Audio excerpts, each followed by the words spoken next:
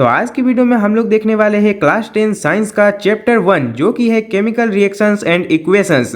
तो जैसा कि आप लोगों को पता होगा कि क्लास 9 से ही आप लोगों का जो साइंस होता है वो 3 हिस्सों में बढ़ जाता है। एक हम लोग का केमिस्ट्री, फिजिक्स और बायोलॉजी।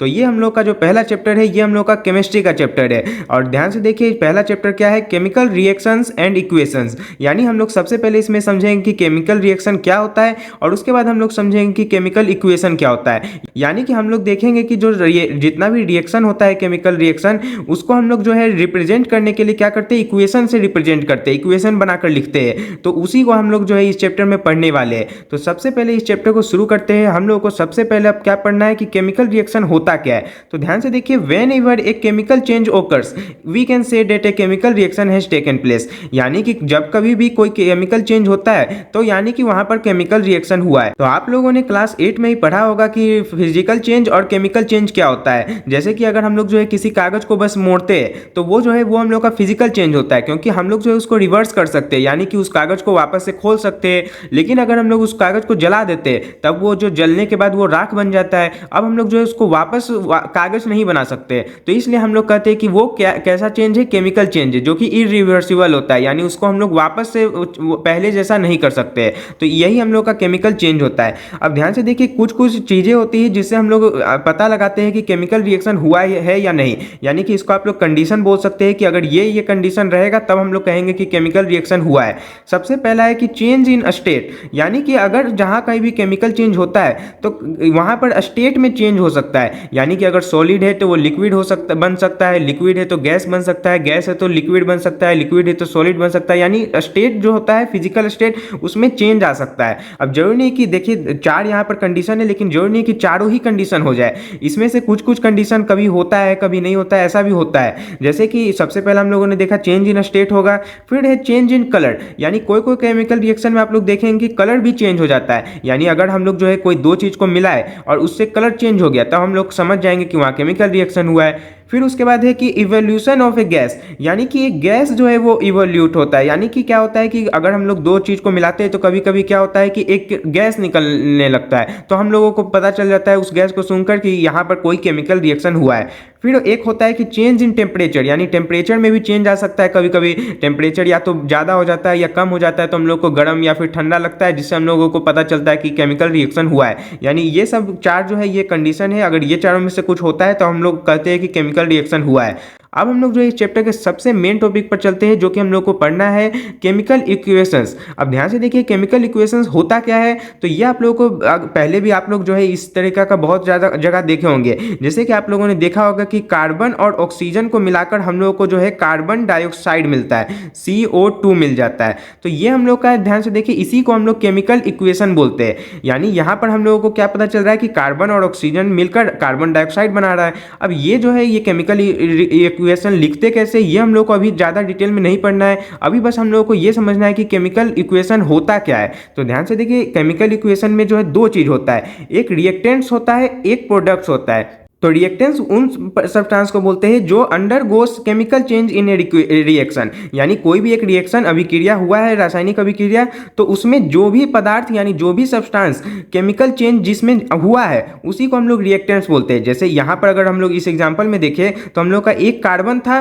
और एक ऑक्सीजन था। यानी यहाँ पर क्या हुआ कि कार्बन और ऑक्सीजन ये दो सब्सटेंस था, तो ये दोनों ही चेंज होकर कुछ और बन गया। तो जो चेंज हुआ है उसी को हम लोग रिएक्टेंट्स बोलते हैं। और प्रोडक्ट्स क्या होता है, जो नया सब्सटेंस बनता है केमिकल रिएक्शन के दौरान। यानी इस केमिकल रिएक्शन के दौरान हम लोग का नया प्रोडक्ट क्या बना है, ये CO2 बना है, यानी कार्बन डाइऑक्साइड। तो ये हम लोग का जो है प्रोडक्ट कहलाएगा। अब जरूरी नहीं कि यहाँ पर एक ही होगा, यहाँ पर भी दो तीन हो सकता है। यानी केमिकल रिएक्शन से जरूरी नहीं कि एक ही सब्सटेंस बनेगा, दो तीन भी बन सकता है। कभी कभी यहाँ पर गैस भी बन सकता है, जैसे ये CO2 भी एक गैस ही है, यानी यहाँ पर हम लोग का एक गैस बना है। उसी तरीके से कभी सॉलिड बन सकता है, लिक्विड बन सकता है, कुछ भी बन सकता है। और बस हम लोग को अभी क्या समझना है कि रिएक्टेंट जो होता है वो इधर साइड वाले को बोलते हैं और उधर साइड वाले को हम लोग बोलते हैं प्रोडक्ट्स। और जो है हम लोग क्या करते हैं कि अगर एक से ज़्यादा सब्सटेंस रहता है तो उनके बीच हम लोग जो है प्लस का चिन्ह लगा देते हैं। यानी कि अगर यहाँ पर C था और O2 था, दो सब्सटेंस था, तो इसलिए हम लोग बीच में एक प्लस का चिन्ह लगा दिए।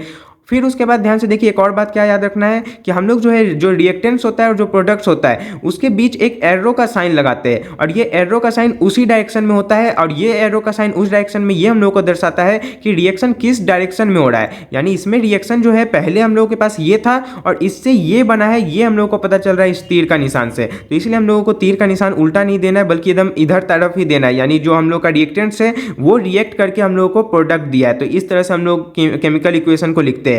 तो अब हम लोग जो है पढ़ने वाले हैं कि केमिकल इक्वेशन का कितना टाइप होता है। अब ध्यान से देखिए, इसको टाइप भी बोल सकते हैं या फिर अलग अलग तरीका भी बोल सकते हैं केमिकल इक्वेशन को लिखने का।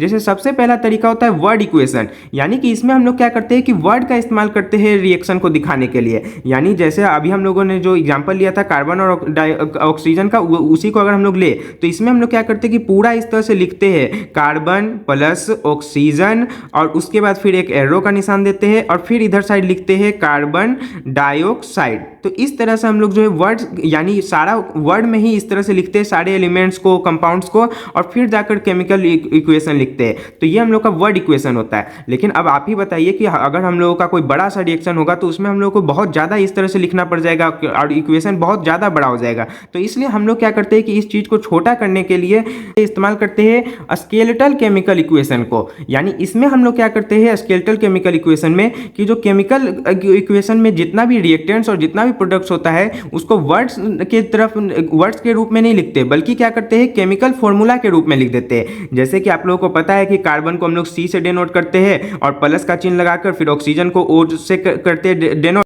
अब यहाँ पर ध्यान से देखिए, आप लोग सोच रहे होंगे कि यहाँ पर O2 क्यों लिख रहा हूँ मैं बार बार। तो ध्यान से देखिए, ये हम लोग को अभी नहीं समझना है, आगे हम लोग जो है अच्छे से इसे समझेंगे। लेकिन इस चैप्टर में ये ज़्यादा इंपॉर्टेंट भी नहीं है, लेकिन आपको ज़्यादा कन्फ्यूजन ना हो इसलिए मैं बता देता हूँ। क्योंकि ध्यान से देखिए, ऑक्सीजन जो होता है, ऑक्सीजन गैस, वो नेचर में हमेशा दो एटम एक साथ ही रहता है, कभी भी वो अकेला एटम ऑक्सीजन का रह ही नहीं पाता है। तो इसलिए हम लोग जब भी उसको लिखते हैं तो O2 करके ही लिखते हैं। और कार्बन जो है वो सिंगल में भी रह सकता है, सिंगल एटम में भी, तो इसलिए हम लोग उसको सिर्फ सी से ही लिखते हैं। तो अभी हम लोग को इतना डिटेल में नहीं जानना है, अभी हम लोग को बस ये समझना है कि स्केलेटल केमिकल इक्वेशन होता क्या है। तो यहाँ तो ध्यान से देखिए कि दोनों जो है हम लोग का एलिमेंट ही है। अब एलिमेंट और कंपाउंड आप लोगों को पहले से ही क्लियर होना चाहिए। एलिमेंट क्या होता है, जिसमें हम लोग जिसमें कोई एक ही एटम होता है, और जो कंपाउंड होता है उसमें हम लोग का एक से ज़्यादा एटम होता है। तो यहाँ पर सिर्फ एक एटम है यानी कार्बन का, और यहाँ पर सिर्फ ऑक्सीजन का एटम है, यानी ये दोनों हम लोग का एलिमेंट है। उसी तरीके से अगर हम लोग CO2 लिखते हैं तो ये हम लोग का एक कंपाउंड कहलाता है, क्योंकि इसमें दो हम लोग का एटम है।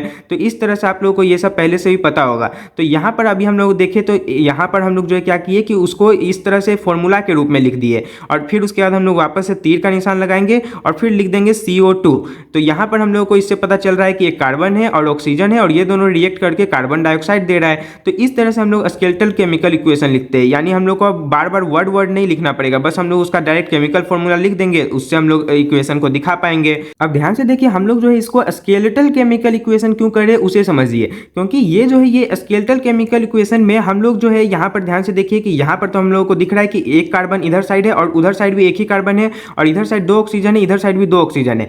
लेकिन अब मान लेते हैं कि एक रिएक्शन जो है हम लोग का इस तरह का है कि Mg प्लस HCl, और इससे हम लोग को मिल रहा है MgCl2 और प्लस H2। यानी कि इसमें जो Mg है ये हम लोग का मैग्नीशियम है, और HCl जो है ये हाइड्रोक्लोरिक एसिड है, और ये दोनों रिएक्शन करके हम लोग का बना रहा है मैग्नीशियम क्लोराइड और प्लस हाइड्रोजन गैस। अब ध्यान से देखिए, अभी हम लोग को ये नहीं समझना है कि ये रिएक्शन हुआ कैसे। अभी हम लोग को एक ध्यान से देखिए, यहाँ पर अगर हम लोग ध्यान दें तो क्या दिख रहा है कि यहाँ पर एक Mg है यानी एक मैग्नीशियम का एटम है, और जो यानी रिएक्टेंट्स में भी एक है और प्रोडक्ट्स में भी एक है, ये बराबर है। लेकिन अगर हम लोग हाइड्रोजन देखें तो हाइड्रोजन का यहाँ पर एक एटम है, लेकिन हम लोग का जो यहाँ पर प्रोडक्ट्स है उसमें दो एटम है। तो यहाँ पर क्या हो रहा है कि ये अनबैलेंस्ड है, इसलिए हम लोग इसको स्केलेटल केमिकल इक्वेशन बोल रहे हैं, क्योंकि ये बैलेंस नहीं है। अब हम लोग जो है इसको बैलेंस कैसे करते हैं वो सीखेंगे, और तब जाके हम लोग को समझ में आएगा कि बैलेंस केमिकल इक्वेशन क्या होता है। यानी बैलेंस केमिकल इक्वेशन यही सेम चीज होता है, बस इसमें हम लोग क्या करते हैं कि दोनों तरफ का जो एटम होता है उसको बराबर कर देते हैं। अब बराबर करने का जो है तरीका होता है जो कि हम लोग समझते हैं। तो ध्यान से देखिए, हम लोग जैसे देखें कि सबसे पहले Mg, इधर भी Mg था, ये तो बराबर है। अब यहाँ पर हम लोग को दिख रहा है कि यहाँ पर एक ही है हाइड्रोजन, यहाँ पर दो है, तो हम लोग क्या करते हैं कि इसके आगे में इस तरह से कोफिशिएंट के रूप में 2 लिख देते हैं। यानी जब ये 2 से गुना हो जाएगा तो ये अब 2 हाइड्रोजन हो गया और यहाँ पर भी 2 हाइड्रोजन है, तो अब हाइड्रोजन का एटम बराबर हो गया है। अब यहाँ पर जब 2 किए तो ये पूरा इसके साथ एक साथ जुड़ा हुआ था, तो इसके कारण ये क्लोराइड भी, जो क्लोरीन था वो भी 2 हो गया है। तो इस तरह से यहाँ पर भी जो क्लोरीन है 2 है, तो यानी कि अब ये पूरी तरह से बैलेंस्ड इक्वेशन बन चुका है, क्योंकि जितना हर एटम, यहाँ पर एक मैग्नीशियम है, यहाँ पर भी एक मैग्नीशियम, यहाँ पर 2 हाइड्रोजन, यहाँ पर भी 2 हाइड्रोजन और यहाँ पर 2 क्लोरीन है और यहाँ पर भी 2 क्लोरीन है। तो इसको हम लोग फिर बोलते हैं बैलेंस्ड केमिकल इक्वेशन। यानी इसमें क्या होता है, the number of atoms of each element remains the same before and after a chemical reaction. और हाँ, आप लोगों के मन में हो सकता है ये सवाल आया होगा कि आखिर हम लोग इस केमिकल इक्वेशन को बैलेंस कर क्यों रहे हैं, क्योंकि आप लोगों को पता होगा कि कोई भी केमिकल इक्वेशन जो होता है, यानी कोई भी केमिकल रिएक्शन जो होता है, उसमें आप लोगों को पता है कि ना ही कोई नया सब्सटेंस बन सकता है और जो पहले से सब्सटेंस है वो डिस्ट्रॉय भी नहीं होता है। तो इसी नियम को हम लोगों को जो है सत्यापन करने के लिए, यानी इस नियम को हम लोग तोड़े ना, इसके लिए हम लोग क्या करते हैं कि दोनों तरफ जो एटम्स का नंबर होता है वो बराबर करते हैं। अब हम लोग जो है 2-3 और केमिकल इक्वेशन लेते हैं और उसको हम लोग जो है बैलेंस करने का ट्राई करते हैं, और बैलेंस कैसे करना है वो भी आप लोग इस तरह से सीख जाएंगे। तो ध्यान से देखिए, क्योंकि एग्जाम में इस तरह का क्वेश्चन बहुत पूछता है कि इस इक्वेशन को बैलेंस करना है, इस इक्वेशन को बैलेंस करना है। और आगे जब हम लोग केमिस्ट्री में और ज़्यादा नया नया चैप्टर पढ़ेंगे तो सब में हम लोग देखेंगे कि सारा जो केमिकल इक्वेशन होता है वो बैलेंस्ड ही होता है। तो यानी हम लोग को जब भी केमिकल इक्वेशन लिखना होता है तो उसको बैलेंस्ड ही करना जरूरी होता है। इसलिए हम लोग जो देखते हैं कि बैलेंस करते कैसे। तो मान लेते हैं, एक एग्जाम्पल लेते हैं कि एक हम लोग का रिएक्शन इस तरह से दिया हुआ है कि KClO3 और ये टूटकर हम लोग का बन रहा है KCl प्लस O2। अब ध्यान से देखिए, ये अगर हम लोग इसको वर्ड में समझे तो ये हम लोग का K से पोटेशियम होता है, Cl से क्लोरीन होता है और O से ऑक्सीजन होता है। यानी यहाँ पर हम लोगों का जो है पोटेशियम है, क्लोरीन है और ऑक्सीजन है, और ये टूटकर जो है बन गया है हम लोग का पोटेशियम क्लोराइड यानी KCl और ऑक्सीजन या ऑक्सीजन गैस। तो ये हम लोग को इक्वेशन दिया हुआ है। अब हम लोग को बोलेगा कि इसको बैलेंस करना है, तो इसको हम लोग बैलेंस कैसे करेंगे। तो सबसे पहले अगर हम लोग देखें तो सारा जो हम लोग का यहाँ पर कौन कौन सा एटम इसमें है वो हम लोगों को सबसे पहले देख लेना है। जैसे यहाँ पर अगर हम लोग देखें तो एक K एटम है, एक Cl का है यानी क्लोरीन का, और एक ऑक्सीजन का है, O का है। अब हम लोग क्या करते हैं कि दोनों तरफ देखते हैं, यानी जो रिएक्टेंट्स है, यानी यहाँ पर ध्यान से देखिए रिएक्टेंट्स होगा इधर साइड ही, यानी ये इक्वेशन जो है ये रिएक्शन जो है ये उल्टा है, यानी इसमें और हम लोग का इधर साइड एक ही है और इधर साइड 2 है। लेकिन इसमें हम लोग ये नहीं कर देंगे कि ये हम लोग का प्रोडक्ट हो गया और ये रिएक्टेंट। हमेशा जो एरो के इधर साइड वाला रहेगा वही रिएक्टेंट होता है और उधर साइड वाला प्रोडक्ट। अब इसमें अगर हम लोग देखें तो यहाँ पर हम लोग का ये 3 एटम दिखा था, तीनों लिख दिए। अब यहाँ पर अगर हम लोग देखें तो इसका नंबर कितना है, 1 है, और इधर साइड भी 1 है, यानी ये पहले से ही हम लोग का बैलेंस है। फिर अगर हम लोग क्लोरीन का देखें तो क्लोरीन यहाँ पर 1 है, पर इधर साइड भी 1 ही है, तो ये भी बराबर है। अब अगर हम लोग ऑक्सीजन का देखें तो ऑक्सीजन का यहाँ पर 3 है, लेकिन वहाँ पर हम लोग को दिख रहा है कि 2 है, यानी इसको हम लोग को बैलेंस करना है। तो अब हम लोग देखते हैं कि इसको बैलेंस कैसे करेंगे। तो यहाँ पर हम लोग क्या कर सकते हैं कि अगर हम लोग इस तरह से 2 लिख दे तो यहाँ पर हम लोग जो है इसको अलग अलग तरीके से भी कर सकते हैं, लेकिन मैं यहाँ पर बस बोल रहा हूँ कि आप लोग खुद से दिमाग लगाइए कि कैसे करके हम लोग केमिकल इक्वेशन को बैलेंस कर सकते हैं।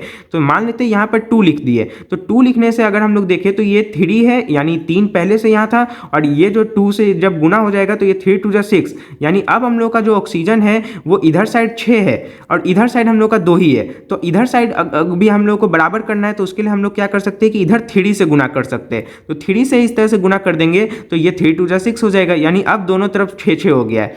लेकिन जब हम लोग यहाँ पे 2 लिखे तो उससे एक और दिक्कत हो गया कि अब जो ये पोटेशियम है और जो क्लोरीन है इसमें भी 2 से गुना हो गया है, यानी अब जो हम लोग का पोटेशियम है वो भी 2 हो चुका है और जो क्लोरीन है वो भी 2 हो चुका है, लेकिन इधर तो अभी भी एक ही है। तो इन दोनों को भी अब बैलेंस करना होगा। तो उसके लिए हम लोग क्या कर सकते हैं कि यहाँ पे 2 से गुना कर देते हैं, तो यानी कि अब यहाँ पर भी 2 हो गया है पोटेशियम और 2 क्लोरीन। तो इस तरह से हम लोग बैलेंस करते हैं। अब मान लेते हैं एक और एग्जाम्पल हम लोग लेते हैं, तो इसमें हम लोग का है कि एल्यूमिनियम है यानी Al प्लस, फिर उसके बाद हम लोग का H2SO4, और उसके बाद ये हम लोग का रिएक्शन के बाद जो प्रोडक्ट बना है वो है Al2SO4, और इसके ऊपर हम लोग का लगा हुआ है 3, यानी ये हम लोग का एल्यूमिनियम सल्फेट होता है। लेकिन अभी आप लोगों को ये नहीं समझना है कि कौन क्या है कौन क्या नहीं है, बस अभी इस चैप्टर में हम लोग को बस यही देखना है कि बैलेंस करते कैसे। तो ध्यान से देखिए, और उसके बाद है प्लस H2 गैस, यानी ये हम लोग का एक केमिकल रिएक्शन दिया हुआ है और उसका एक इक्वेशन दिया हुआ है। अब हम लोग को इसको बैलेंस करना है। सबसे पहले तो अगर हम लोग देखें तो यहाँ पर अगर सबसे जो बड़ा वाला होता है ना उससे उससे हम लोग को स्टार्ट करना चाहिए, तो उससे ज़्यादा आसानी पड़ता है। जैसे अगर हम लोग देखें तो यहाँ पर सबसे पहले लिख लेते हैं कि क्या क्या है। एल्यूमिनियम है, हाइड्रोजन है और सल्फर है, एस से सल्फर होता है और ओ से ऑक्सीजन है। बस यही चार हम लोग को एटम दिख रहा है, इसमें एलिमेंट दिख रहा है, यही चार एलिमेंट है। अब देखते हैं कि इधर साइड एल्यूमिनियम के गो है, एक गो है, उधर साइड के गो है, दो गो है, इसको भी बैलेंस करना है। लेकिन अभी हम लोग सारा पहले देख लेते हैं। तो हाइड्रोजन यहाँ पर दो है, उधर साइड कितना है, तो ध्यान से देखिए यहाँ पर हाइड्रोजन दो है, ये पहले से बैलेंस है। फिर उसका सल्फर देखिए अगर, तो यहाँ पर एक है और उधर साइड कितना है, तो ध्यान से देखिए ये एस है और जब भी इस तरह से ब्रैकेट में रहता है यानी वो भी वही दिखा रहा है कि तीन गो है, यानी जो सल्फर है वो यहाँ पर हम लोग का तीन गो है। फिर उसके बाद ऑक्सीजन देखते हैं, तो इस साइड हम लोग का चार है और उस साइड हम लोग का कितना है, तो ध्यान से देखिए फोर इधर पहले से है और ये तीन इस तरह से गुना में भी, यानी ये 4 3 जा 12 है, यानी टोटल में उधर साइड 12 है। अब हम लोग क्या करेंगे, जो सबसे बड़ा है उससे स्टार्ट करेंगे, यानी सबसे ज़्यादा हम लोग को दिख रहा है कि ऑक्सीजन का ये 4 और 12 है, तो इसलिए हम लोग इससे ही इसको ही बैलेंस करने से स्टार्ट करेंगे। तो सबसे पहले अगर हम लोग देखें तो यहाँ पर 12 है और यहाँ पर 4 ही है इधर साइड, तो इसको अगर हम लोग को 12 बनाना है तो हम लोग क्या कर सकते हैं कि यहाँ पर इस तरह से 3 लिख देते हैं, तो 3 से गुना होकर ये 4 3 जा 12 हो जाएगा। तो ये हम लोग का 12 12 इस तरह से हो गया बराबर। लेकिन उससे के साथ ही हम लोग का अब ये सब भी चेंज हो गया, यानी अब हम लोग का हाइड्रोजन जो है वो 2 पहले से था और 3 गुना होकर यानी ये 6 हो चुका है यहाँ पर। और उसके बाद यहाँ पर अगर हम लोग सल्फर देखें तो वो भी हम लोग का 3 हो चुका है। इस तरह से सल्फर कौन था, ये, तो ये 3 हो चुका है। तो यानी सल्फर तो हम लोग का अपने आप ही बैलेंस हो गया, इधर भी 3 था, इधर भी 3 हो गया। और लेकिन यहाँ पर फिर हाइड्रोजन अब क्या हो गया है कि इधर साइड 6 हो गया, जबकि उधर हम लोग का के गो है, 2 ही गो है। तो अगर हम लोग देखें तो यहाँ पर हाइड्रोजन 2 गो है, इसको 6 गो हम लोग कैसे बना सकते हैं, आगे में अगर 3 से गुना कर देंगे तो ये 6 गो हो जाएगा, यानी 3 2 जा 6। तो यानी कि अब ये भी बैलेंस हो गया। अब हम लोग का सिर्फ एल्यूमिनियम बैलेंस करना बाकी है। तो यानी यहाँ पर हम लोग को दिख रहा है कि उधर साइड 2 है, इधर साइड 1 ही है, तो इधर साइड भी अगर हम लोग 2 करना चाहे तो डायरेक्ट बस इस तरह से 2 से गुना कर देंगे। तो ये हम लोग का बन गया बैलेंस्ड केमिकल इक्वेशन। तो इस तरह से हम लोग बैलेंस करते हैं। थोड़ा आप लोग और क्वेश्चन प्रैक्टिस करिएगा, तब आप लोगों को आसानी से समझ में आ जाएगा कि कैसे बैलेंस करते हैं। अब हम लोग जो है नेक्स्ट टॉपिक पर चलते हैं। आप ध्यान से देखिए, अभी हम लोगों ने जो देखा केमिकल इक्वेशन लिखने का, तो उस केमिकल इक्वेशन को अगर हम लोग एक एग्जांपल ले मान लेते हैं वापस से कार्बन और ऑक्सीजन का, जिससे हम लोग को मिल रहा है कार्बन डाइऑक्साइड। तो इस एग्जांपल में अगर आप लोग देखें तो हम लोग को ये पता ही नहीं चल रहा है कि कौन सॉलिड है, कौन लिक्विड है, कौन गैस है। लेकिन यहाँ पर अगर हम लोग को अच्छे से इस इक्वेशन को समझाना है किसी को, तो हम लोग को स्टेट भी बताना पड़ता है। तो इसलिए हम लोग क्या करते हैं, to make a chemical equation more informative, यानी हम लोग को केमिकल इक्वेशन को देखकर और ज़्यादा से ज़्यादा इन्फॉर्मेशन मिल सके, उसके लिए हम लोग क्या करते हैं कि फिजिकल स्टेट जो होता है, रिएक्टेंट्स और प्रोडक्ट्स, उन सभी का फिजिकल स्टेट को भी मेंशन करते हैं। यानी जैसे यहाँ पर C है, कार्बन है, तो कार्बन जो है वो गैस के रूप में है, तो इसलिए G के रूप में लिख देंगे, यहाँ इस तरह से ब्रैकेट में G लिख देंगे। यानी आप लोग याद कर लीजिए कि गैस के लिए G लिखते हैं, लिक्विड के लिए L लिखते हैं, एक्वस क्या होता है उसे भी हम लोग समझेंगे, और सॉलिड के लिए S होता है। यानी एक्वस जो है वो कोई ज़्यादा बड़ा चीज़ नहीं है। जब भी कोई सॉलिड जो होता है वो हम लोग का लिक्विड में मिला हुआ रहता है, तब हम लोग कहते हैं सॉलिड, या फिर गैस कुछ भी अगर लिक्विड में मिला हुआ रहता है तब हम लोग कहते हैं कि वो एक्वस है। अभी के लिए अगर हम लोग बस इस पर ध्यान दें तो ये हम लोग का गैस है और ये भी हम लोग का गैस है, और ये दोनों रिएक्शन करके भी गैस बना है। तो इस तरह से हम लोग जो है ब्रैकेट में इस तरह से लिख देते हैं, तो हम लोग को देखकर और ज़्यादा इंफॉर्मेशन मिलता है कि अच्छा गैस था, दोनों रिएक्शन करके एक गैस बना रहा है। अब एक और जैसे एग्जाम्पल ले, जैसे CaCO3 है और उसके बाद फिर हम लोग का ये टूट कर बन गया है CaO प्लस CO2, यानी यहाँ पर ये कैल्शियम कार्बोनेट है, ये कैल्शियम ऑक्साइड है और ये कार्बन डाइऑक्साइड है। यानी कैल्शियम कार्बोनेट जो है वो टूटकर हम लोग का कैल्शियम ऑक्साइड बन गया है और प्लस कार्बन डाइऑक्साइड बन गया है। लेकिन इसमें हम लोग को फिजिकल स्टेट यहाँ पर दिख नहीं रहा है, तो हम लोग को कम इन्फॉर्मेशन मिल रहा है। तो इसलिए हम लोग क्या करते हैं, फिजिकल स्टेट भी लिख देते हैं। जैसे कैल्शियम कार्बोनेट जो होता है वो सॉलिड होता है। अभी आप लोग को ये याद नहीं करना है कि सॉलिड है कि कौन लिक्विड है, कौन गैस है। अभी बस हम लोग को देखना है कि कहीं पर हम लोग को क्वेश्चन में बताया हुआ रहेगा कि ये सॉलिड है, ये लिक्विड है और ये गैस है, तो हम लोग को बस इस तरह से ब्रैकेट में लिख देना होगा। तो यहाँ पर हम लोग को कैल्शियम कार्बोनेट जो होता है वो सॉलिड होता है, और जब हम लोग इसको गर्म करते हैं तो ये टूटकर हम लोग को कैल्शियम ऑक्साइड देता है, और कैल्शियम ऑक्साइड भी सॉलिड ही होता है, और साथ में कार्बन डाइऑक्साइड गैस निकलता है, यानी ये जो है ये गैस निकल जाता है इस तरह से। तो ये इस तरह से हम लोग फिजिकल स्टेट को साइड में मेंशन करते हैं।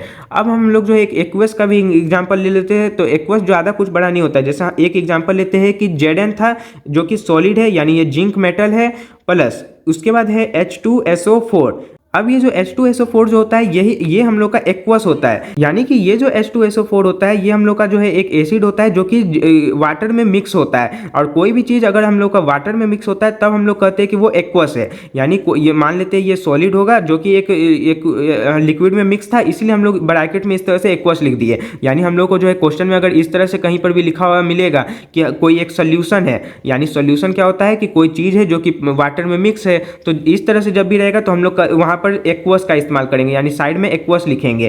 तो यहाँ पर हम लोग का जो है ये दोनों रिएक्शन करके बना रहा है ZnSO4, और उसके बाद ये ZnSO4 जो होगा ये भी वाटर में इस तरह से मिक्स होगा तो ये भी एक्वस होगा, और प्लस H2 और ये हम लोग का हाइड्रोजन जो है गैस निकल जाएगा, तो इस तरह से गैस लिख देंगे। तो इस तरह से हम लोग जो है फिजिकल स्टेट को रिप्रेजेंट करते हैं साइड में ब्रैकेट में लिखकर।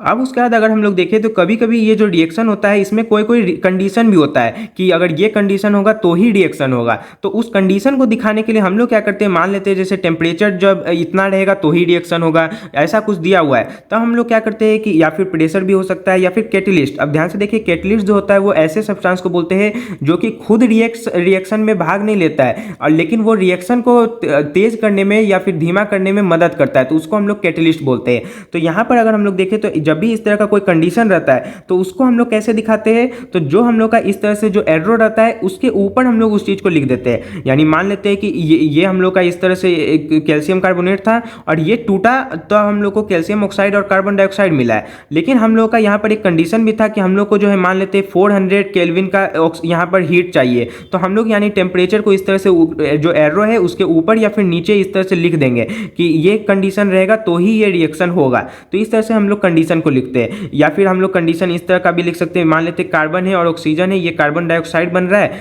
लेकिन यहाँ पर हम लोग का एक ऐसा जरूरी नहीं है कि होता ये, मैं बस एग्जांपल के लिए बता रहा हूँ कि मान लेते हैं कि इसमें हम लोग का ऐसा दिया हुआ है कि यहाँ पर ये रिएक्शन तभी होगा जब इन दोनों के बीच जिंक नाम का एक ऑक्साइड रहेगा, जिंक नाम का एक मेटल रहेगा, तो हम लोग ऊपर में इस तरह से जिंक लिख देंगे, लेकिन ऐसा होता नहीं है, बस ये एग्जाम्पल के लिए मैं बता रहा हूँ। तो ये जो हम लोग का होगा ये सब्सटेंस, इसी को हम लोग कैटलिस्ट बोलते हैं, और प्रेशर भी हम लोग इसी तरह से ऊपर या नीचे लिख सकते हैं। तो इस तरह से हम लोग जो है इसको और ज़्यादा इंफॉर्मेटिव बनाने के लिए इस तरह से जो कंडीशन होता है उसको भी लिख देते हैं। अब हम लोग चलते हैं टाइप्स ऑफ केमिकल रिएक्शंस, यानी अभी तक हम लोगों ने देखा कि केमिकल रिएक्शन क्या होता है और केमिकल रिएक्शन को हम लोग जो है केमिकल इक्वेशन के से रिप्रेजेंट करते हैं।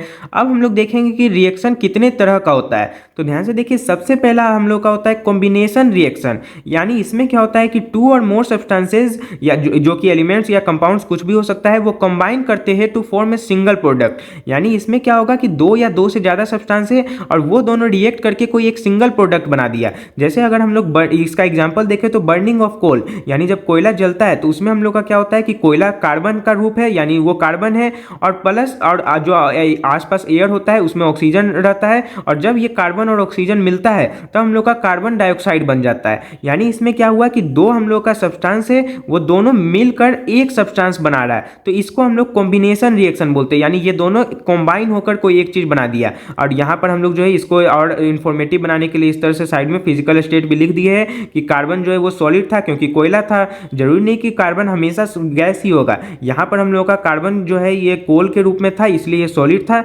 और ऑक्सीजन एयर में गैस के रूप में था, और ये दोनों रिएक्शन किया। और चाहे तो हम लोग जो है ऊपर इस तरह से लिख भी सकते हैं कि हीट, यानी जब यहाँ पर कंडीशन क्या है कि हीट करने पर ही ये दोनों हम लोग का जो है क्या हुआ, मिक्स हुआ है। यानी जब कोयला को हम लोग जलाए तो हीट हुआ, तब जाके ये दोनों मिक्स होकर हम लोग को कार्बन डाइऑक्साइड गैस दे दिया। तो यहाँ पर हम लोग का ये कॉम्बिनेशन रिएक्शन होता है। इसी तरह का अगर हम लोग कॉम्बिनेशन रिएक्शन का एक और एग्जांपल ले तो इसमें हम लोग लिख सकते हैं 2Mg प्लस O2, और इससे हम लोग का आ जाएगा 2MgO। यानी कि यहाँ पर हम लोग जो है, यहाँ पर मैंने डायरेक्ट इसको बैलेंस करके लिखा है, यानी हम लोग का ये 2 और 2 बैलेंस करने के लिए लिखा हुआ है। यानी इसका सीधा मतलब है कि मैग्नीशियम था और ऑक्सीजन था, और मैग्नीशियम और ऑक्सीजन इस तरह से कंबाइन होकर हम लोग को मैग्नीशियम ऑक्साइड दे दिया है, और इसको बैलेंस करने के लिए बस यहाँ पर 2 और 2 लिख दिए है। तो ये भी हम लोग का कॉम्बिनेशन रिएक्शन होगा।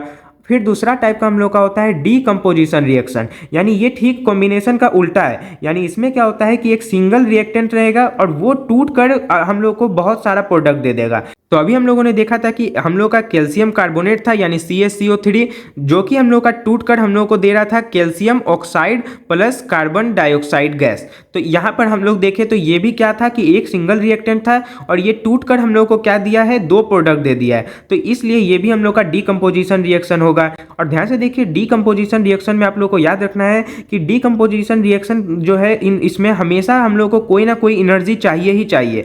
यानी कि अगर ये जो है यहाँ पर टूटकर ये दो प्रोडक्ट दे रहा है तो यहाँ पर हम लोग को कोई ना कोई एनर्जी देना पड़ा होगा, या तो वो हीट एनर्जी हो सकता है या लाइट एनर्जी या फिर इलेक्ट्रिक एनर्जी हो सकता है। अब यहाँ पर हम लोग को यहाँ पर मैं बता देता हूँ कि यहाँ पर हम लोग को हीट एनर्जी देना पड़ता है, यानी जब हम लोग इसको गर्म करते हैं तब ये रिएक्शन होता है। लेकिन कहीं कहीं पर जो है लाइट से भी हम लोग का रिएक्शन होता है। तो जैसे कि अगर हम लोग लाइट के लिए एग्जाम्पल ले तो हम लोगों का मान लेते हैं हम लोग के पास है एल्यूमिनियम क्लोराइड यानी Al2Cl3। तो इस तरह से हम लोग लिखते हैं। अभी ये कैसे बना ये कंपाउंड ये सब हम लोग को नहीं समझना है, अभी बस आप लोग देखिए कि एल्यूमिनियम क्लोराइड को इस तरह से लिखते हैं Al2Cl3। और ये जो है हम लोग का जब हम लोग इसको धूप में रखते हैं तब क्या होता है कि ये धूप में रखे रखे जो सूर्य का लाइट होता है यानी सन का जो लाइट होता है उसके कारण ये टूट कर हम लोग को दे देता है Al2 यानी एल्यूमिनियम प्लस यहाँ पर हम लोग को क्लोरीन गैस इस तरह से मिल जाता है Cl2। तो अब इसको हम लोग चाहे तो अभी बैलेंस भी कर सकते हैं, लेकिन अभी बैलेंस करने का जरूरत नहीं है, अभी मैं डायरेक्ट आप लोग को बस समझा रहा हूँ। तो इसमें क्या हुआ कि हम लोग का जो सनलाइट था उसके कारण क्या हुआ कि ये टूट गया यानी डिकम्पोज हो गया और दो प्रोडक्ट हम लोग को मिल गया, यानी ये भी हम लोग का डीकम्पोजिशन रिएक्शन है। लेकिन ये हम लोग का किसके कारण हुआ है? लाइट एनर्जी के कारण। फिर उसके बाद अगर हम लोग इलेक्ट्रिक एनर्जी का एग्जांपल ले तो मान लेते हैं हम लोग का H2O यानी कि जो पानी है, ये पानी को जब हम लोग जो है इस पानी से जब इलेक्ट्रिक फ्लो कराते हैं तब क्या होता है कि ये जो है टूट जाता है और हम लोग को हाइड्रोजन गैस और ऑक्सीजन गैस मिल जाता है। और अगर हम लोग इसको बैलेंस करना चाहे तो हम लोग को दिख रहा है यहाँ पर 2 हाइड्रोजन है, यहाँ पर भी 2 है, लेकिन यहाँ पर ऑक्सीजन 2 है, इसको 2 इस तरह से कर देंगे तो अब यहाँ पर भी ये 4 हो गया है तो 2 कर देंगे। इस तरह से ये हम लोग का बैलेंस केमिकल इक्वेशन बन गया है किसके लिए कि जल जो है यानी जो वाटर है वो हम लोग का डीकम्पोज हो रहा है हाइड्रोजन और ऑक्सीजन गैस में। तो इसमें हम लोग क्या किए कि इलेक्ट्रिक एनर्जी दिए तब जाकर ये डीकम्पोज हुआ है। तो यानी कि 3 तरीका से हो सकता है, या तो हीट एनर्जी होगा या लाइट एनर्जी या इलेक्ट्रिक एनर्जी, जिसके कारण कोई एक सिंगल रिएक्टेंट जो है वो हम लोग को बहुत सारा प्रोडक्ट दे रहा है। अब इन तीनों एनर्जी के कारण ही 3 तरह का नाम भी आता है। जैसे अगर डीकम्पोजिशन रिएक्शन जो है वो हीट के कारण होता है तब हम लोग इसको बोलते हैं थर्मोलाइसिस। ये जो है ज़्यादा अगर डिटेल में अगर कोई पूछता है तभी ये सब आता है, इतना इंपॉर्टेंट भी नहीं है, लेकिन कोई कोई बुक में ये भी दिया हुआ रहता है। तो हीट के कारण अगर होता है तो थर्मोलाइसिस बोलते हैं, लाइट के कारण होता है तब इसको हम लोग फोटोलाइसिस बोलते हैं, फोटोलाइसिस। और जो इलेक्ट्रिसिटी के कारण होता है इसे हम लोग इलेक्ट्रोलाइसिस बोलते हैं, इलेक्ट्रोलाइसिस। तो ये हम लोगों को याद रखना है कि ये तीनों है ही हम लोग का डीकम्पोजिशन रिएक्शन ही, बस हीट के कारण हो रहा है तो थर्मोलाइसिस, लाइट के कारण हो रहा है तो फोटोलाइसिस और इलेक्ट्रिसिटी के कारण इलेक्ट्रोलाइसिस। यानी अभी तक हम लोगों ने 2 तरह का रिएक्शन पढ़ा है, एक कॉम्बिनेशन रिएक्शन और एक डीकम्पोजिशन रिएक्शन। अब यहाँ पर जो है डीकम्पोजिशन रिएक्शन का ही 2 और एग्जाम्पल भी है, इसे भी आप लोग देख सकते हैं। जैसे सबसे पहला है कि कैल्शियम कार्बोनेट था जो कि आप लोगों को मैंने अभी बता ही दिया कि जब हम लोग इसको हीट देते हैं तब ये हम लोग को कैल्शियम ऑक्साइड देता है और प्लस कार्बन डाइऑक्साइड गैस देता है। और इसमें हम लोग जो ऊपर इस तरह से कंडीशन भी लिख दिए हीट। और ध्यान से देखिए हीट को जो है हम लोग कभी कभी डेल्टा से भी इस तरह से रिप्रेजेंट करते हैं, यानी कहीं कहीं पर बस हम लोग इस तरह से ट्रायंगल का निशान बना देते हैं, इसको डेल्टा बोलते हैं। तो इस डेल्टा का मतलब होता है कि यहाँ पर हीट एनर्जी दिया गया था तब जाकर ये टूटा है। और ध्यान से देखिए कैल्शियम कार्बोनेट को हम लोग लाइमस्टोन भी बोलते हैं, ये सब भी कभी कभी पूछता है, लेकिन इस चैप्टर में हम लोग को ये सब नहीं पढ़ना है तो इसलिए मैं उतना डिटेल में नहीं जा रहा हूँ। और ये जो कैल्शियम ऑक्साइड होता है इसको हम लोग क्विक लाइम बोलते हैं। फिर उसके बाद एक सनलाइट का भी एग्जांपल दिया हुआ है, यानी सनलाइट से हम लोग का एक यहाँ पर कंपाउंड था जो कि टूट गया है 2 एलिमेंट में। तो इसमें यानी कि AgCl है और Ag जो होता है ये हम लोग का सिल्वर होता है, यानी ये सिल्वर क्लोराइड है और ये हम लोग का टूट कर बन गया है, ये सिल्वर अलग हो गया है यानी ये सॉलिड होगा और क्लोरीन गैस इस तरह से रिलीज हो गया है। तो ये हम लोग का एक केमिकल रिएक्शन है, कैसा वाला? डीकम्पोजिशन वाला। और वो भी अगर इसमें हम लोग और डिटेल में जाए तो ये सनलाइट के कारण हो रहा है, यानी ये फोटोलाइसिस का एग्जाम्पल है। अब हम लोग तीसरा टाइप देखते हैं जो कि है डिस्प्लेसमेंट रिएक्शन। अब ध्यान से देखिए डिस्प्लेसमेंट रिएक्शन क्या होता है कि when an element displaces another element of lesser reactivity from its compound. यानी इसमें क्या होता है कि कोई एलिमेंट है, मान लेते हैं ये Fe यानी कि आयरन है और एक हम लोग का CuSO4 यानी कॉपर सल्फेट है। अब इसमें क्या होता है कि ये दोनों इस तरह से रिएक्ट किया और अब हम लोग को FeSO4 मिल गया है, यानी जो आयरन था वो कॉपर को डिस्प्लेस करके अब उसके जगह पर आ गया है और कॉपर को अलग कर दिया है। तो ये हम लोग का डिस्प्लेसमेंट रिएक्शन कहलाता है। है। और ये रिएक्शन तभी होता है जब दो हम लोग का जो एलिमेंट है वो जो हम लोग का दूसरा एलिमेंट है उससे ज़्यादा रिएक्टिव हो। यानी इसमें इसके लिए हम लोग को जो है और अगर डिटेल में जाए तो हम लोग को सबसे पहले रिएक्टिविटी ऑफ मेटल्स पढ़ना पड़ता है, लेकिन इस चैप्टर में हम लोग को उतना डिटेल में नहीं पढ़ना है। मैं बस आप लोगों को जल्दी से थोड़ा सा इसके बारे में बता देता हूँ कि जितना भी हम लोग का मेटल नॉन मेटल ये सब है उसका अपना अपना रिएक्टिविटी होता है, यानी वो कितना ज़्यादा जल्दी रिएक्ट कर सकता है दूसरे मेटल के साथ, ये इसी को हम लोग रिएक्टिविटी ऑफ मेटल्स बोलते हैं। या इसमें हम लोगों को जो है इस तरह से एक टेबल, ये टेबल है जिसको याद करना होता है, जिसमें हम लोग का सबसे पहले पोटेशियम है, फिर सोडियम है, फिर कैल्शियम है, फिर मैग्नीशियम, फिर aluminium, zinc, iron, lead, hydrogen. अब यहाँ पर हाइड्रोजन बस एक नॉन मेटल होता है, ये आप लोग जब आगे दूसरा या तीसरा चैप्टर में शायद इसे और डिटेल में भी पढ़ना है। अभी बस हम लोग देख रहे हैं कि यहाँ पर सारा मेटल होता है, बस एक हाइड्रोजन नॉन मेटल होता है। फिर उसका हम लोग का copper, mercury, silver, gold, platinum होता है। और इसमें हम लोग का ये जो टेबल है इसमें नीचे की तरफ जाते समय हम लोग का रिएक्टिविटी घटते जाता है। अब रिएक्टिविटी मान लेते हैं जैसे पोटेशियम का सबसे ज़्यादा है, फिर उसके बाद सोडियम का रिएक्टिविटी उससे कम है, कैल्शियम का उससे कम है। अब अगर हम लोग इस लिस्ट में देखें तो Fe जो कि हम लोग का आयरन है, जो कि हम लोग को दिख रहा है यहाँ पर है, और दूसरा हम लोग का क्या था, कॉपर, जो कि यहाँ पर है। अब यानी कि Fe जो है वो कॉपर से ऊपर है, यानी कि इस टेबल से हम लोगों को क्या पता चल रहा है कि जो आयरन होगा वो कॉपर से ज़्यादा रिएक्टिव होगा, और इसी के कारण ये रिएक्शन हो पा रहा है। यानी यहाँ जो है आयरन था वो ज़्यादा रिएक्टिव था कॉपर से, इसी के कारण आयरन जो है वो जब रिएक्शन हुआ इन दोनों का तो इस कॉपर को डिस्प्लेस कर दिया और उसके जगह पर आ गया, जिसके कारण हम लोग को आयरन सल्फेट या फिर इसको फेरस सल्फेट भी बोलते हैं वो मिल गया, और यहाँ पर हम लोग को कॉपर अलग होकर मिल गया है। अब उसके बाद चौथा टाइप हम लोग का होता है डबल डिस्प्लेसमेंट रिएक्शन। यानी अभी हम लोगों ने सिंगल जो डिस्प्लेसमेंट रिएक्शन देखा उसको हम लोग सिंगल डिस्प्लेसमेंट रिएक्शन भी बोलते हैं। अब हम लोग डबल डिस्प्लेसमेंट रिएक्शन देखते हैं। यानी इसमें क्या होता है कि व्हेन टू डिफरेंट एटम्स और group of atoms ions are exchange, यानी कि इसमें क्या होता है कि मान लेते हैं ये एक कंपाउंड है और ये एक कंपाउंड है, और ये दोनों का जब रिएक्शन होता है तब क्या होता है कि जो दोनों का हम लोग का ये पॉजिटिव वाला चार्ज होता है। यानी ध्यान से देखिए, इसमें हम लोग का जो आगे वाला होता है वो पॉजिटिव चार्ज वाला होता है, यानी ये भी पॉजिटिव चार्ज वाला होगा, और जो ये होता है ये हम लोग का निगेटिव चार्ज वाला होता है। तो इसमें क्या होता है कि ये जाकर जो है इसके साथ रिएक्ट कर लेता है और ये जाकर इसके साथ रिएक्ट कर लेता है। यानी अगर हम लोग इसको इस तरह से समझे कि AB है और प्लस यहाँ पर हम लोग का CD है, तो ये A जो है वो D के साथ जाकर रिएक्ट कर लेता है और B जो होता है वो C के साथ रिएक्ट कर लेता है। यानी पॉजिटिव वाला निगेटिव के साथ और निगेटिव वाला पॉजिटिव के साथ इस तरह से जाकर रिएक्ट हो जाता है, यानी मिल जाता है। यानी कि यहाँ पर अगर हम लोग देखें तो सोडियम सल्फेट था Na2SO4 और यहाँ पर बेरियम क्लोराइड था BaCl2।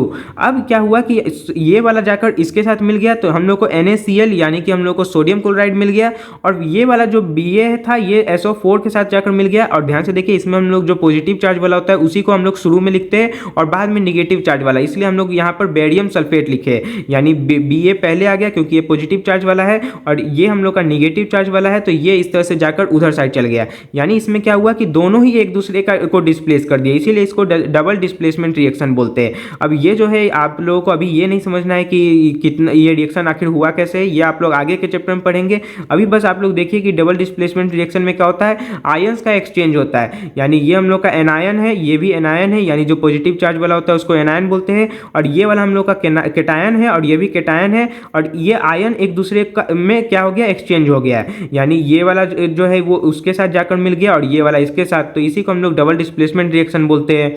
अब यहाँ पर जो है थोड़ा थोड़ा और अलग अलग टाइप का भी रिएक्शन होता है, जो कि मेन टाइप नहीं है, बस ऐसे ही अलग छोटा मोटा टाइप है, जैसे कि एक्सोथर्मिक केमिकल रिएक्शन। यानी इसमें क्या होता है कि कोई भी रिएक्शन हुआ है और उसमें अगर हीट रिलीज हुआ है तब हम लोग कहते हैं कि वो एक्सोथर्मिक केमिकल रिएक्शन है। अगर हम लोग इसका एक एग्जांपल ले तो हम लोग वापस से कार्बन और ऑक्सीजन का ही एग्जांपल ले सकते हैं इसमें, और इससे हम लोग को कार्बन डाइऑक्साइड मिलता है। यानी ये हम लोग का जो है एक्सोथर्मिक केमिकल रिएक्शन होगा, क्योंकि इसमें हम लोग का जो है हीट रिलीज होता है। यानी जब ये दोनों रिएक्ट करता है तो हम लोग को कार्बन डाइऑक्साइड मिलता है और साथ में हम लोग को हीट भी मिलता है, तो इसलिए हम लोग इसको एक्सोथर्मिक केमिकल रिएक्शन बोलते हैं।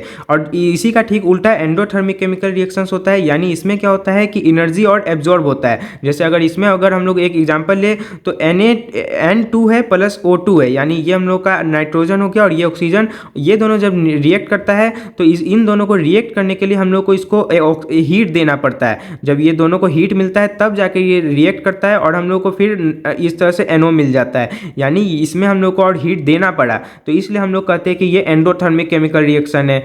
फिर एक होता है प्रेसिपिटेशन रिएक्शन। उसके पहले आप लोग समझ लीजिए कि ये प्रेसिपिटेट क्या होता है। तो प्रेसिपिटेट जो होता है वो इनसोल्यूबल सब्सटेंस को बोलते हैं, यानी कोई ऐसा सब्सटेंस जो वाटर में डिजोल्व नहीं होता है उसको हम लोग प्रेसिपिटेट बोलते हैं। यानी कोई भी ऐसा रिएक्शन जिसमें हम लोग का कोई एक ऐसा सब्सटेंस बना है जो कि वाटर में डिजोल्व नहीं हो रहा है बल्कि वाटर में ही इस तरह से ऊपर ही रह गया है, तो उसी को हम लोग प्रेसिपिटेशन रिएक्शन भी बोलते हैं।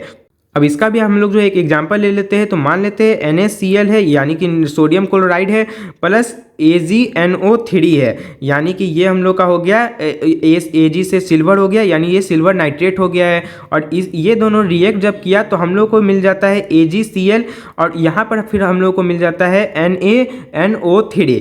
अब ध्यान से देखिए, इसे हम लोग जो एक और नाम भी दे सकते हैं। अगर आप लोग ध्यान से देखिए तो ये वाला जो है ये जाकर इसके साथ मिल गया है और ये वाला जो है वो इसके साथ मिल गया है, यानी ये हम लोग का डबल डिस्प्लेसमेंट रिएक्शन है। लेकिन इसी में हम लोग अगर देखें तो जब ये दोनों रिएक्शन होता है तो हम लोग को जो AgCl मिलता है ये वाटर में डिजोल्व नहीं होता है, और जब डिजोल्व नहीं होता है तो इसको हम लोग या तो इस तरह से S करके लिख देते हैं, यानी ये सॉलिड होगा क्योंकि वाटर में डिजोल्व नहीं हो रहा है, या फिर इसको हम लोग जो है एक एरो नीचे की तरफ इस तरह से लगा देते हैं। तो इसका मतलब होता है कि ये हम लोग का प्रेसिपिटेट है, यानी ये इनसोल्यूबल सब्सटेंस है। तो ये हम लोग का यानी कि एक प्रेसिपिटेशन रिएक्शन भी कहलाएगा, और साथ में ये हम लोग का क्या है, डबल डिस्प्लेसमेंट रिएक्शन भी है। तो यानी जरूरी नहीं कि कोई एक रिएक्शन है तो वो एक ही तरह का रिएक्शन हो। अब मान लेते हैं ये रिएक्शन करवाने के लिए हम लोग को इसको हीट भी देना पड़ रहा हो, तो ये हम लोग का एंडोथर्मिक केमिकल रिएक्शन भी हो जाएगा। इस तरह से कोई भी केमिकल रिएक्शन जो होता है वो एक से ज़्यादा तरह का भी हो सकता है। फिर उसके बाद एक लास्ट टाइप देखते हैं जो कि होता है रेडॉक्स रिएक्शन, या फिर इसको हम लोग ऑक्सीडेशन रिडक्शन रिएक्शन भी बोलते हैं। यानी इसमें क्या होता है कि when one reactant gets oxidised while the other gets reduced during a reaction. यानी इसमें क्या होता है कि कोई एक रिएक्टेंट जो है वो ऑक्सीडाइज हो गया है और दूसरा जो है रिड्यूस हो गया। अब ये ऑक्सीडाइज और रिड्यूस होने का क्या मतलब है, तो ध्यान से देखिए, if a substance gains oxygen और loses hydrogen during a reaction it is oxidized. यानी कि कोई भी सब्सटेंस है जो कि हम लोग का क्या हुआ कि वो ऑक्सीजन उसको और मिला या फिर उससे हम लोग का हाइड्रोजन और लूज हुआ, तब हम लोग कहते हैं कि वो ऑक्सीडाइज हुआ है। यानी मान लेते हैं एक एग्जांपल से समझते तो और अच्छे से समझ में आएगा। जैसे यहाँ पर हम लोग का CuO है यानी कॉपर ऑक्साइड है, और ये हम लोग का हाइड्रोजन गैस है। अब ये जब रिएक्ट किया तो हम लोग को यहाँ पर कॉपर अलग हो गया और हाइड्रोजन H2O मिल गया, क्योंकि यहाँ पर हाइड्रोजन जो था वो कॉपर से ज़्यादा रिएक्टिव था, इसलिए ये जो है डिस्प्लेस कर दिया इसको। तो इसलिए हम लोग को यानी कि ये रिएक्शन से हम लोग को मिल गया कॉपर और H2O, यानी कि ये हम लोग का वाटर हो गया। अब इसमें अगर हम लोग देखें तो यहाँ पर हम लोग का CuO था, यानी कि ऑक्सीजन जो है वो इसके साथ जुड़ा हुआ था, लेकिन इस रिएक्शन के बाद जो हम लोग का जो प्रोडक्ट है उसमें कॉपर अलग हो गया है, यानी इसमें ऑक्सीजन नहीं है। यानी इसमें क्या हुआ कि ये ऑक्सीजन को लूज किया है। जब ऑक्सीजन को कोई लूज करता है तो हम लोग कहते हैं कि वो रिड्यूस हुआ है, यानी इसमें हम लोग का रिडक्शन हुआ है। और जब हम लोग यहाँ पर H2 था, यानी इसमें कोई भी ऑक्सीजन नहीं था, और जब लेकिन जो हम लोग का प्रोडक्ट बना उसमें इसके साथ ऑक्सीजन जुड़ गया है, तो इसलिए यहाँ पर ऑक्सीजन ये गेन किया है हाइड्रोजन, तो इसलिए हम लोग कहेंगे कि हाइड्रोजन जो है वो ऑक्सीडाइज हुआ है। और ध्यान से देखिए, इसमें एक और बात आप लोग याद रखिएगा कि यहाँ पर जैसे अगर हम लोगों से इसमें यही इक्वेशन दे दे और ये पूछ दे कि इसमें कौन सा ऑक्सीडाइजिंग एजेंट है, यानी ध्यान से देखिए ऑक्सीडाइज हुआ कौन है, ऑक्सीडाइज ये हुआ है हाइड्रोजन और रिड्यूस हुआ है ये। लेकिन इसमें हम लोगों का उल्टा पूछ देगा कि ऑक्सीडाइजिंग एजेंट कौन है, तो जो यानी ऑक्सीडाइज हुआ है ये, तो ऑक्सीडाइजिंग एजेंट पूछेगा तो हम लोग बोल देंगे कि ये ऑक्सीडाइजिंग एजेंट है, यानी इसके पास ऑक्सीजन था जो कि इसको मिल गया जिसके कारण ही ये ऑक्सीडाइज हुआ है, तो इसलिए ऑक्सीडाइजिंग एजेंट ये हुआ है। उसी तरीके से अगर पूछ देगा कि रिड्यूसिंग एजेंट कौन है, रिड्यूसिंग एजेंट कौन है, तो यहाँ पर रिड्यूस हुआ है ये, लेकिन इसको रिड्यूस होने में मदद किया है ये, तो इसलिए हम लोग कह देंगे कि H2 यानी हाइड्रोजन जो है वो यहाँ पर रिड्यूसिंग एजेंट है। मान लेते हैं एक और एग्जांपल लेते हैं। जैसे हम लोग को दिया हुआ है कि H2S है प्लस Cl2 है, और ये रिएक्ट करके हम लोग को दे दिया है HCl और प्लस S, यानी कि ये हम लोग का हाइड्रोजन है, सल्फर है, ये क्लोरीन है, ये भी हाइड्रोजन क्लोरीन सल्फर है, और इसको अगर हम लोग बैलेंस कर दे तो यहाँ पर हम लोग 2 लिख देंगे, तो ये बैलेंस हो गया है। अब ये हम लोग को रिएक्शन दे दिया है, और अब हम लोग से मान लेते पूछ देगा कि इसमें कौन रिडक्शन हो रहा है, किसका और किसका ऑक्सीडेशन हो रहा है।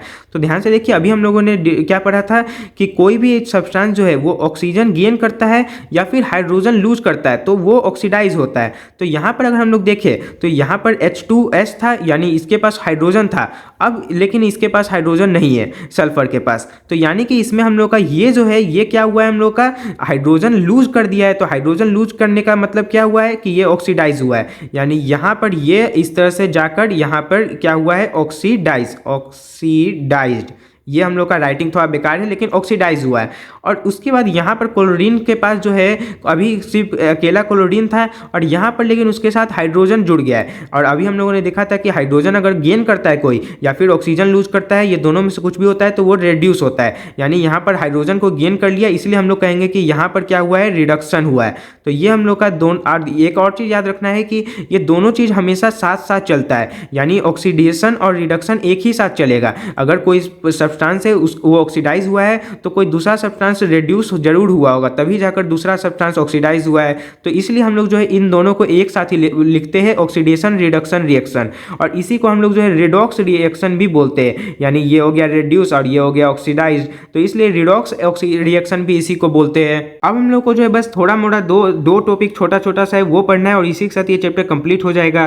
तो अब हम लोग को पढ़ना है कि effects of oxidation reactions in everyday life, यानी हमारे एवरीडे लाइफ में जो ऑक्सीडेशन रिएक्शन है उसका क्या इफेक्ट पड़ता है। तो इसमें हम लोग को सबसे पहले पढ़ना है कि कोरोजन क्या होता है। तो ध्यान से देखिए, कोरोजन क्या होता है कि when a metal is attacked by the substances around it such as moisture, acids etcetera, it is said to corrode and this process is called corrosion. यानी कि कोई एक मेटल है तो वो क्या होता है कि जो आसपास हम लोग का जो एनवायरनमेंट होता है उसमें मान लेते हैं मॉइस्चर है यानी नमी है यानी H2O है, और यहाँ पर एसिड भी हो सकता है या फिर कोई और ऐसा चीज है जिसके कारण वो मेटल जो है उस पर कुछ प्रभाव पड़ रहा है, यानी कि वो उस मेटल में कुछ खराबी आ रहा है। जैसे आप लोग अगर इसका सबसे बेस्ट एग्जांपल ले तो रस्टिंग ऑफ आयरन, यानी आयरन में आप लोगों ने देखा होगा कि जंग लग जाता है, यानी रस्टिंग होता है आयरन का। तो ये कोरोजन का ही एक एग्जांपल है। यानी इसमें क्या था, आयरन एक मेटल था और आसपास हम लोग का जो है ऑक्सीजन है और वाटर है, ये इन सब से रिएक्शन के कारण क्या होता है कि ऑक्सीडेशन रिएक्शन ही ये सब है, ये याद रखना है, क्योंकि ऑक्सीजन के साथ ये सब रिएक्ट करता है और जिसके कारण क्या होता है कि ये सब कोरोड होना शुरू हो जाता है, यानी गलना शुरू हो जाता है या फिर खराब होना शुरू हो जाता है। तो इसी प्रोसेस को हम लोग कोरोजन बोलते हैं। अब इसका एक एग्जांपल तो रस्टिंग ऑफ आयरन हो ही गया है, जिसमें क्या होता है कि आयरन जो होता है उसके ऊपर एक रेडिश ब्राउन पाउडर लग जाता है जिसको हम लोग रस्ट बोलते हैं। यानी मान लेते हैं एक हम लोग कील लेते हैं आयरन का और इसको अगर हम लोग खुले में छोड़ देते हैं तो इसमें क्या होता है कि ये ऑक्सीजन और H2O, अब इसमें याद क्या रखना है कि आयरन जो होता है वो ऑक्सीजन और H2O यानी ये हम लोग का वाटर हो गया, तो वाटर और ऑक्सीजन दोनों से रिएक्ट करता है जिसके कारण हम लोग का ये जो है इसके ऊपर एक रेडिश ब्राउन पाउडर चढ़ जाता है जिसको हम लोग रस्ट बोलते हैं, और इस प्रोसेस को हम लोग रस्टिंग ऑफ आयरन बोलते हैं, और ये हम लोग का एक तरह का कोरोजन है। फिर उसका एक और एग्जाम्पल ले तो ब्लैक कोटिंग ऑन सिल्वर,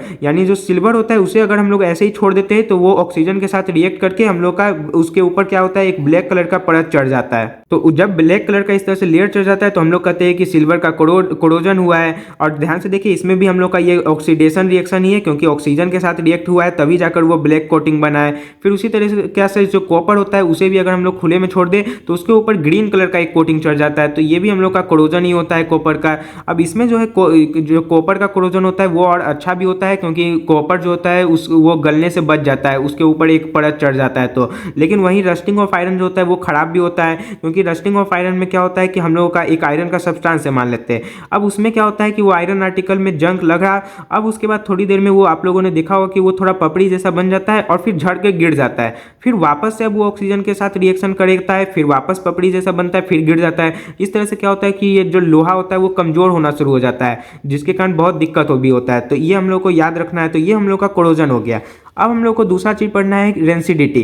तो रेंसिडिटी जो होता है वो भी ऑक्सीडेशन रिएक्शन के कारण ही होता है। तो इसमें क्या होता है कि फैट या ऑयल वाला कोई चीज है तो वो जो है वो ऑक्सीडाइज होता है, यानी ऑक्सीजन के साथ रिएक्शन करता है, तब वो क्या होता है रेंसिड बन जाता है, यानी वो खराब हो जाता है, यानी उसका जो स्मेल होता है और जो टेस्ट होता है वो चेंज हो जाता है और बहुत खराब हो जाता है, जो कोई भी खाने का सामान जो होता है। तो इसी को हम लोग रेंसिडिटी बोलते हैं, यानी कोई भी फूड आइटम है जिसमें फैट और ऑयल है तो ऑक्सीडेशन हुआ उसमें, यानी वो ऑक्सीजन के साथ रिएक्ट किया तब उसका रेंसिड हो गया, यानी वो खराब हो गया, इसी को रेंसिडिटी बोलते हैं।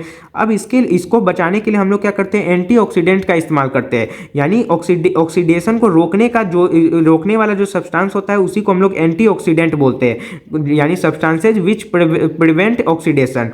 जैसे कि अगर हम लोग देखें तो जो खाना होता है, फूड होता है, उसको हम लोग क्या करते हैं एयर टाइट कंटेनर में रखते हैं, तो उससे हम लोग क्या कर रहे हैं कि ऑक्सीजन को अंदर जाने से रोक रहे हैं और उससे रिएक्ट करने बढ़ने से रोक रहे, तो ऑक्सीजन नहीं अंदर जाएगा, तो जिसके कारण फूड जो होता है वो सेफ रहता है, यानी हम लोग ऑक्सीडेशन को जो है स्लो डाउन कर रहे हैं। तो इसलिए ये तरीका भी एक होता है कि हम लोग रेसिडिटी से बचा सकते हैं खाना को।